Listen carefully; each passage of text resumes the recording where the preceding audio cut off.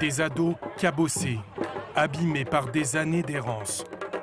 Mais aujourd'hui, c'est jour de fête au village du Lac Rose. Et comme d'habitude, Madame Diallo assure le show. Regardez, regardez ces deux-là. Ils ne savent pas pourquoi ils sont là. On les a juste appelés et ils ne savent pas ce qui les attend. L'institutrice est un peu la maman du village. Aujourd'hui, 2 de ces garçons deviennent des hommes.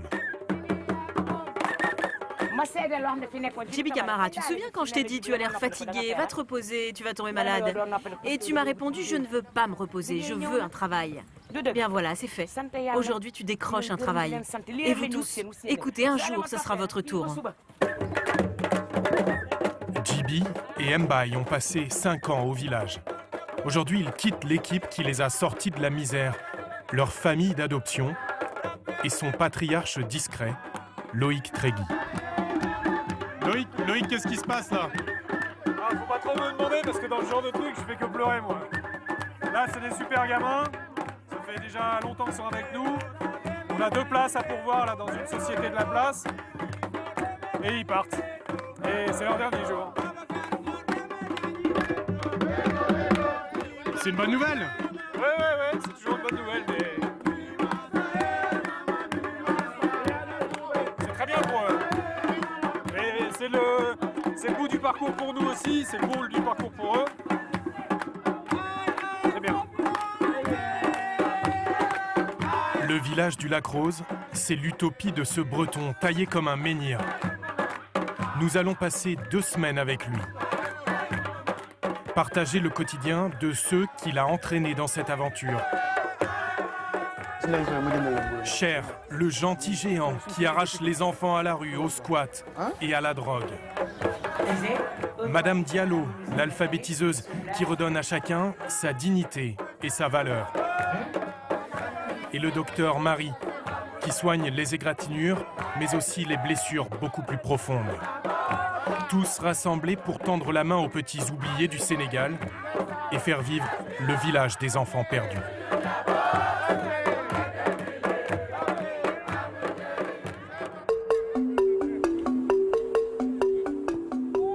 Il y a 25 ans, c'était un terrain vierge. Un morceau de désert à 1 heure de route de Dakar. Loïc a posé la première pierre. Alors ça, c'est ce que préfèrent les gamins. Et appris aux enfants à construire eux-mêmes leur maison et leur futur. Pourquoi? Parce qu'ils peuvent mettre les pieds dedans. Ce bâtiment qui est là-bas, c'est fait avec des briques comme ça, des briques de terre, pure terre. Ouais, si, c'est bon. Voilà, ça c'est la brique parfaite. Nickel. Au départ, il n'y avait rien du tout. Ici, on est arrivé, il y avait les 2 arbres, les 2 manguiers là, cet arbre-là, et c'était que du sable. On avait 3 hectares, on en a 11 maintenant. Ça n'a pas été facile d'obtenir ça. Et voilà, on s'est installé là. C'est les enfants qui ont construit eux-mêmes le village. C'est les enfants qui ont tout construit. Village pilote, c'est aujourd'hui 3 dortoirs, des cuisines, des ateliers. Un petit monde autonome avec son potager et depuis peu, son dispensaire. Les enfants qui arrivent ici ont connu des années d'errance. En accord avec le village, nous protégerons le nom et les secrets de ceux qui ont le plus souffert.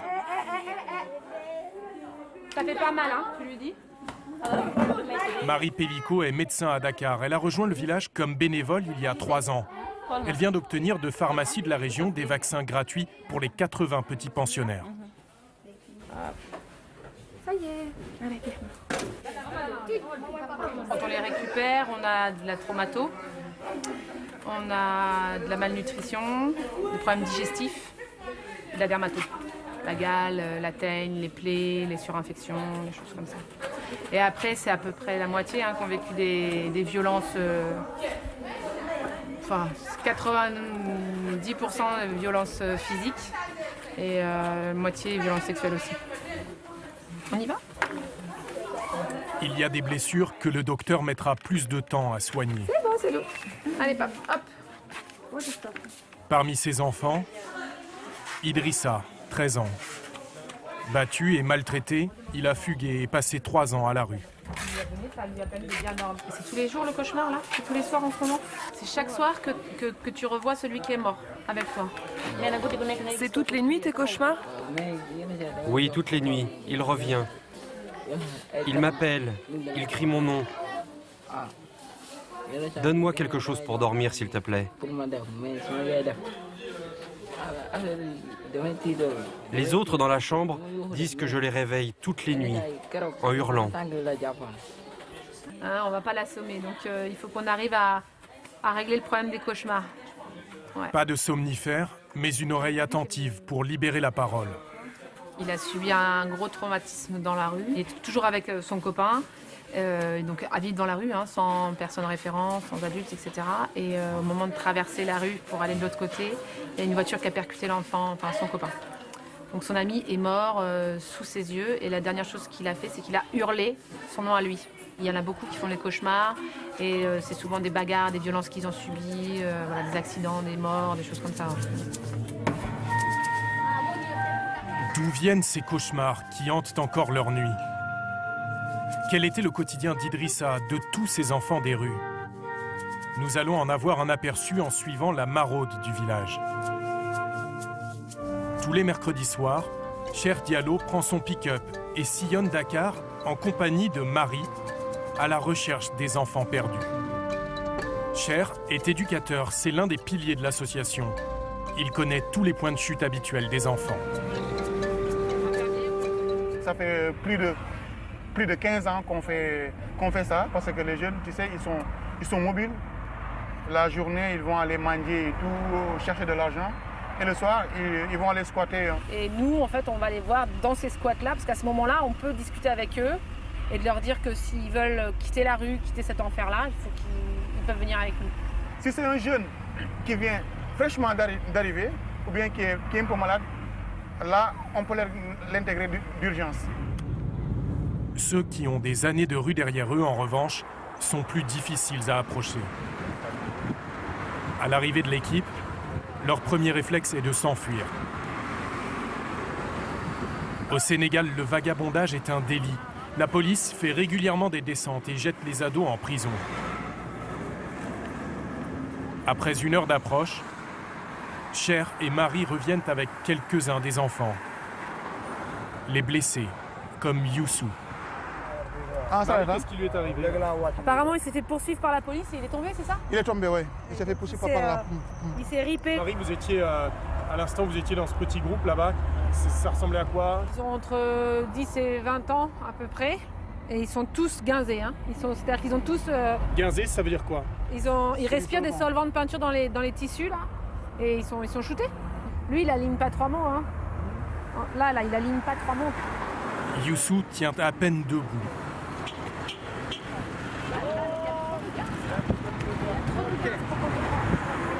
Il vous dit quoi là? Emmène-moi.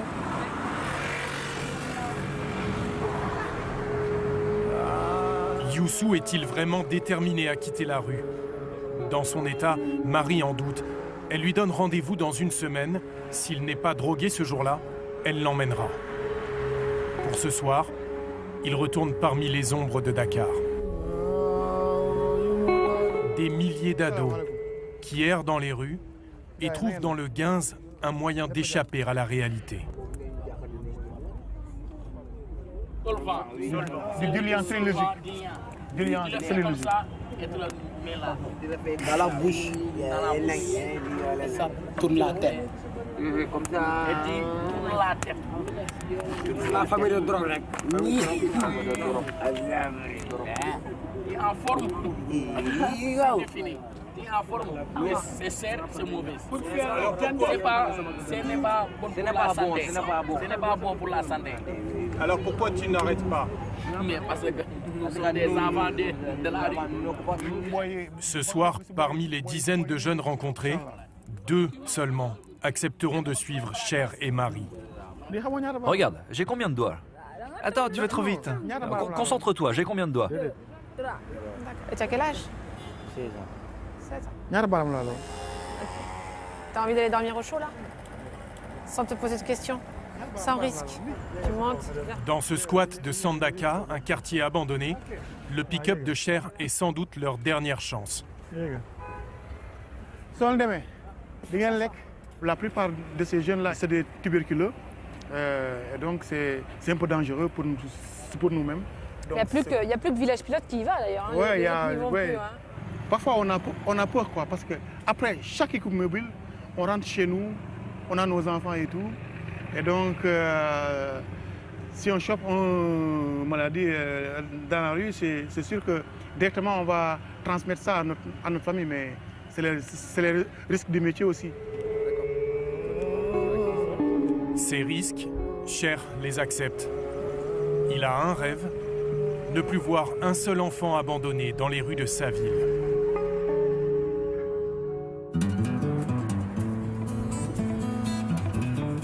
Vu de loin, la capitale sénégalaise a fière allure.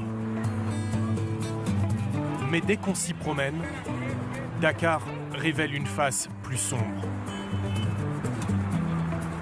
Une armée de petits mendiants. À chaque coin de rue.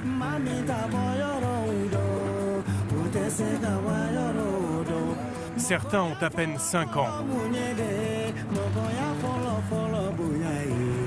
On ne peut pas les rater. On peut essayer de ne pas y penser. Loïc Trégui, lui, a choisi de ne pas s'y habituer.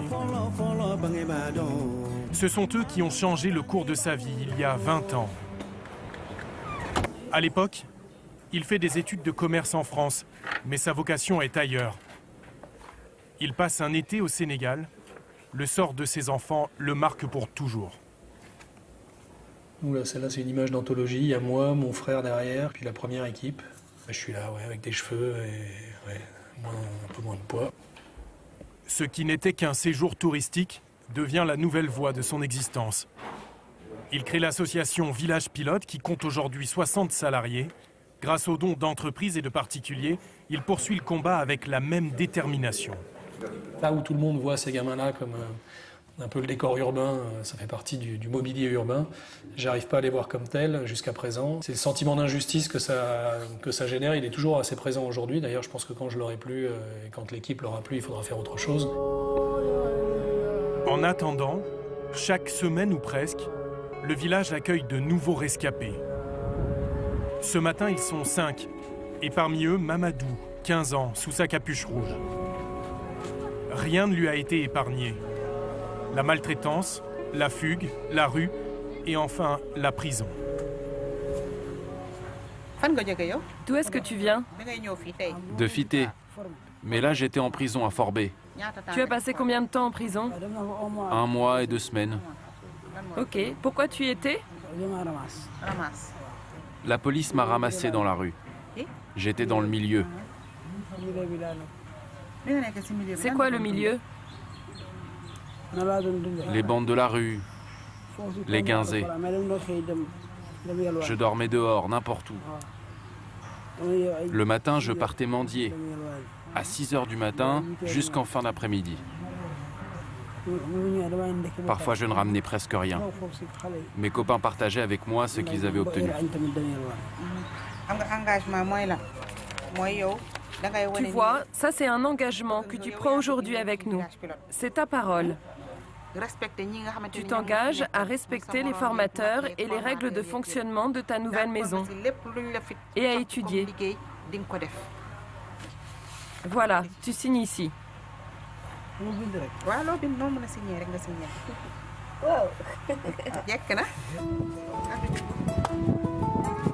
Chaque nouvelle arrivée est une fête. On sacrifie un mouton qu'on partage à la sénégalaise. 5 ou 6 autour d'un grand plat, comme en famille. Pour Mamadou, c'est le premier repas chaud depuis des années. Depuis que je suis à la rue, je n'ai jamais mangé un vrai plat aussi bon. Ça me rappelle le pays. Chez moi, les repas de fête au village, les baptêmes, les mariages et tout ça. L'autre rituel, c'est de passer sous le rasoir de Monsieur Seydou pour le débarrasser des poux, des infections, de tout ce qui parasitait sa vie d'avant.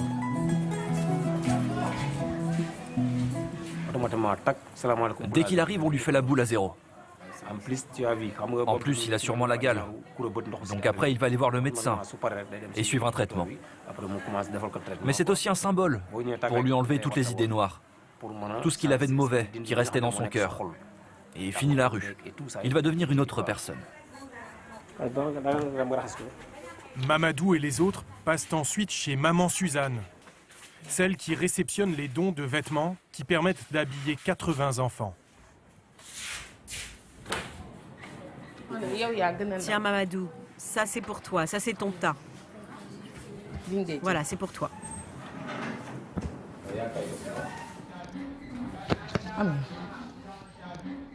Et là, vous avez chacun un savon et du dentifrice. Tu es content, Mamadou? Je suis très content. Ça me touche beaucoup. Moi, j'ai jamais rien possédé. Et là, on m'offre toutes ces affaires. Je suis vraiment content. 2 t-shirts, 2 pantalons. Pas plus pour l'instant, car beaucoup fuguent au bout de quelques jours, incapables de se réhabituer à la vie en communauté. Voilà Mamadou, pose tes affaires par ici. Tu les mets au bout du lit, de l'autre côté.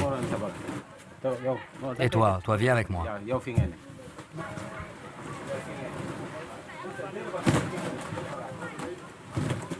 Ouais. Tu penses que tu vas te plaire ici, Mamadou? Hein? Oui, je pense. J'ai jamais dormi sur un matelas avant. C'est la première fois. Je crois que je vais être bien ici. Nous laissons Mamadou profiter de sa première nuit au calme depuis des années.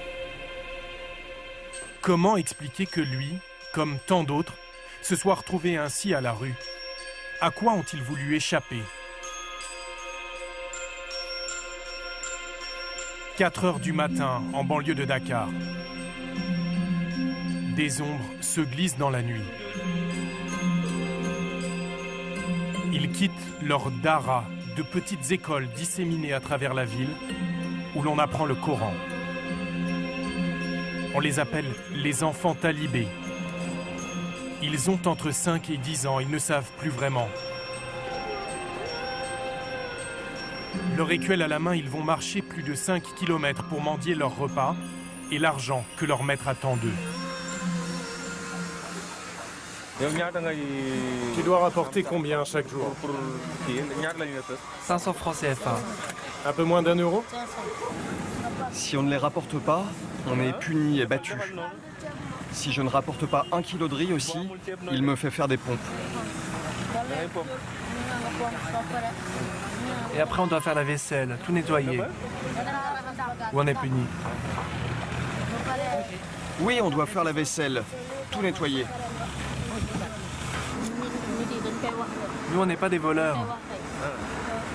Les gens nous traitent de voleurs, mais c'est pas vrai. Moi, je pensais que j'allais juste étudier le Coran, pas aller dans la rue pour mendier. C'est ce qu'on nous avait promis. C'est ce que le marabout avait dit à nos parents.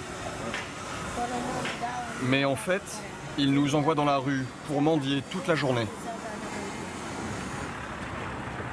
Au Sénégal, des milliers de familles confient ainsi leurs enfants à des marabouts, des maîtres religieux, censés leur apprendre le Coran. Une tradition aujourd'hui pervertie et qui reste taboue au Sénégal. Un peu plus loin, alors que nous discutons avec ce petit groupe, nous sommes pris à partie. Arrêtez de filmer, allez-vous-en. Les caméras et les étrangers ne sont pas les bienvenus à l'intérieur des daras. Pourtant, en suivant ces enfants qui rapportent ce jour-là 15 € et 25 kilos de riz à leur maître, nous allons découvrir leurs conditions de vie. Après des heures de négociation, leur marabout accepte la présence de notre caméra.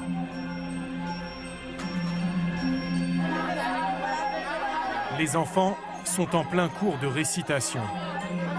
Sur ces planches en bois, des sourates du Coran qu'ils apprennent par cœur.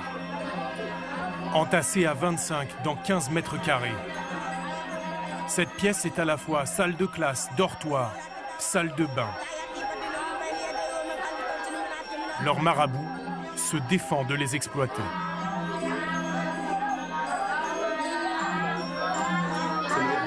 Je m'occupe d'eux parce que leurs parents me les ont confiés, pour que j'en prenne soin. Je ne fais pas ça par intérêt personnel, je le fais par rapport à Dieu. L'apprentissage du Coran ne représente pourtant qu'une toute petite partie de leur quotidien. Et toujours sous la menace de leur maître. Non, tu as mal appris. Non, retourne travailler. Et ça, là, c'est quoi? Ça? Qu'est-ce que tu crois? C'est une corde. Une corde, pour quoi faire? Bah pour les taper. Pour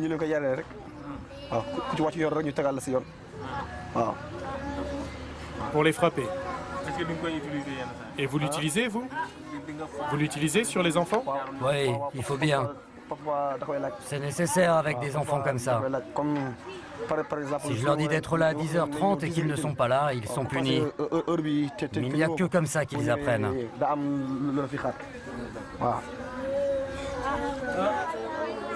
Pour échapper à cette maltraitance, beaucoup choisissent de fuguer. C'est ainsi qu'ils se retrouvent à la rue.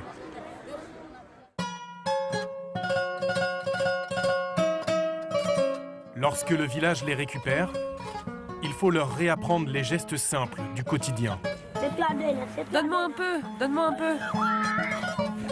Ici, ils réapprennent à vivre ensemble et à être utiles.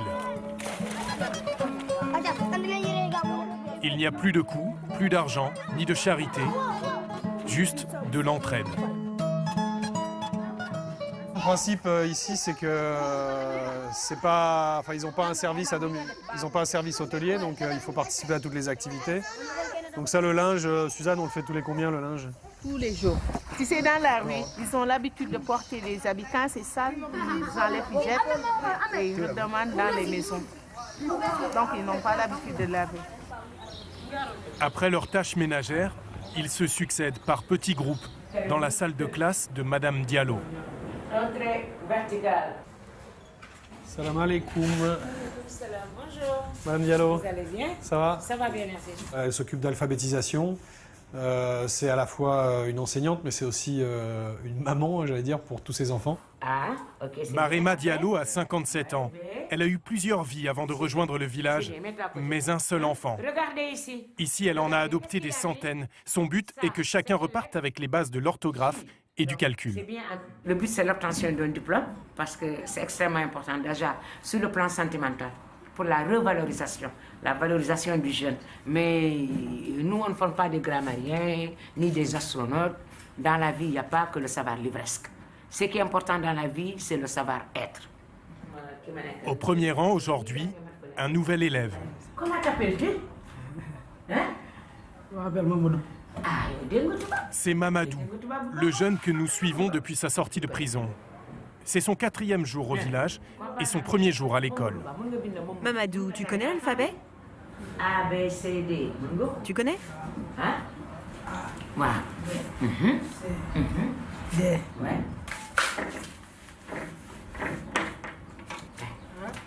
Allez, viens au tableau. Montre-moi ce que tu sais écrire. C'est alphabet bi yëpp dama nga bind ko. Baax na wa.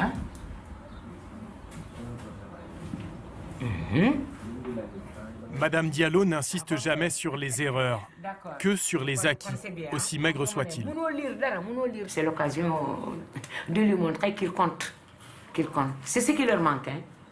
Ils pensent qu'ils ne valent rien. Alors que, pour moi, il s'agit tout juste de dépoussiérer. Et le diamant est scintillé. Pendant que Mamadou prend ses marques, d'autres font leurs valises. Souleymane, 10 ans, s'apprête à retourner chez lui. Je veux rentrer chez moi, voir ma maman. J'ai fugué de la Dara parce que c'était trop dur pour moi. C'est l'un des paris de l'association. Lorsque c'est possible, ramener les plus jeunes au sein de leur village.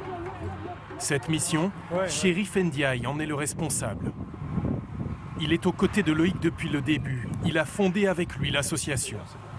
Ses retours en famille, comme celui de Souleymane, lui font parcourir les pistes du Sénégal 2 semaines par mois.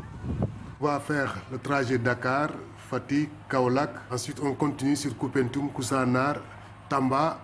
et on descend vers Kolda. Okay. Voilà. Là, on n'a pas les parents encore. Hein. Non, on n'a pas les parents encore. Donc on ne sait pas si on va les trouver sur place. Non, pas du tout, pas du tout. Ça a l'air d'être un voyage assez éprouvant, assez compliqué, avec pas beaucoup de garanties. Exactement. De toute façon, on n'a jamais de garantie de retrouver les familles si on part avec ses enfants, parce qu'on a peu d'informations concernant ces enfants vis-à-vis de leur famille. Et donc, c'est pas évident. Et donc, pas de garantie de retrouver les familles. Mais on essaie toujours. On retrouve toujours. On retrouve toujours. Depuis des années. 21 ans, on retrouve depuis 21 ans, on retrouve. Par contre, ça prend plus ou moins de temps, quoi. Voilà.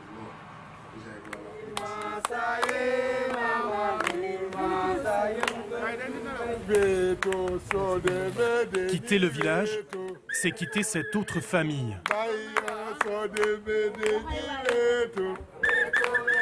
Qui l'a entouré et remis sur la bonne voie.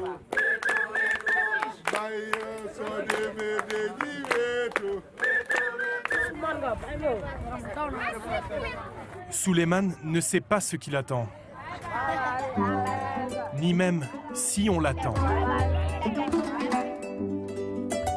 Là-bas, à 3 jours de route, vers l'extrême sud du pays.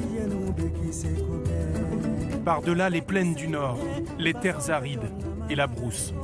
Je ne peux pas m'aventurer à dire que ça va bien se passer. En tout cas, je vais leur défendre jusqu'à ce qu'ils seront acceptés au sein de leur famille. Chérif a lui aussi été un enfant talibé. À l'époque, les marabouts restaient dans les villages et ne forçaient pas les enfants à mendier toute la journée. C'est aussi ce message qu'il veut porter jusqu'à ces villages reculés pour enrayer le flux d'enfants vers Dakar.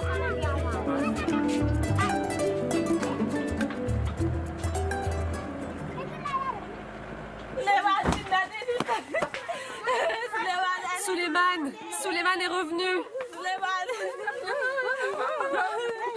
Souleymane, tu es là. Regardez les enfants. Maman, regarde. Souleymane est revenu. Autour de lui, sa grand-mère et sa tante.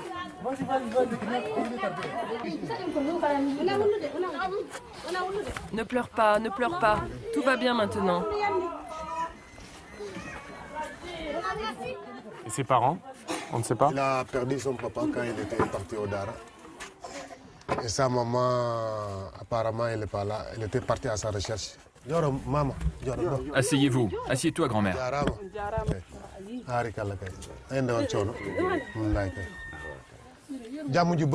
Laisse-le pleurer, laisse-le.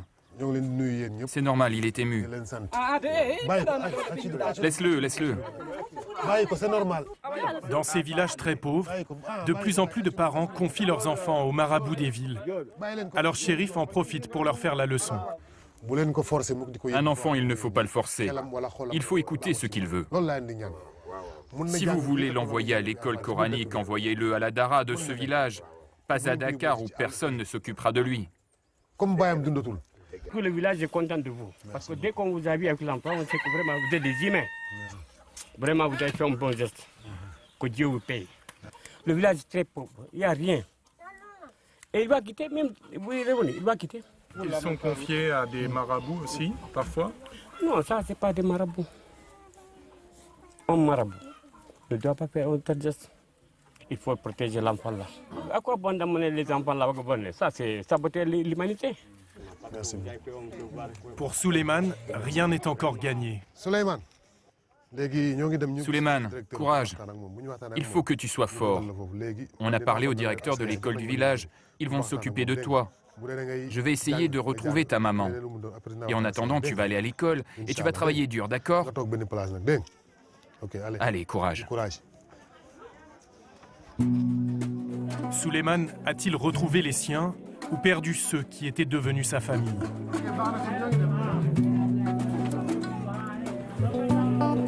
Chérif reprend la route, mais il reviendra régulièrement lui rendre visite. Ces silhouettes que personne ne semblait voir auront toujours un œil qui veille sur elles. Le village du Lac Rose n'oublie jamais l'un des siens.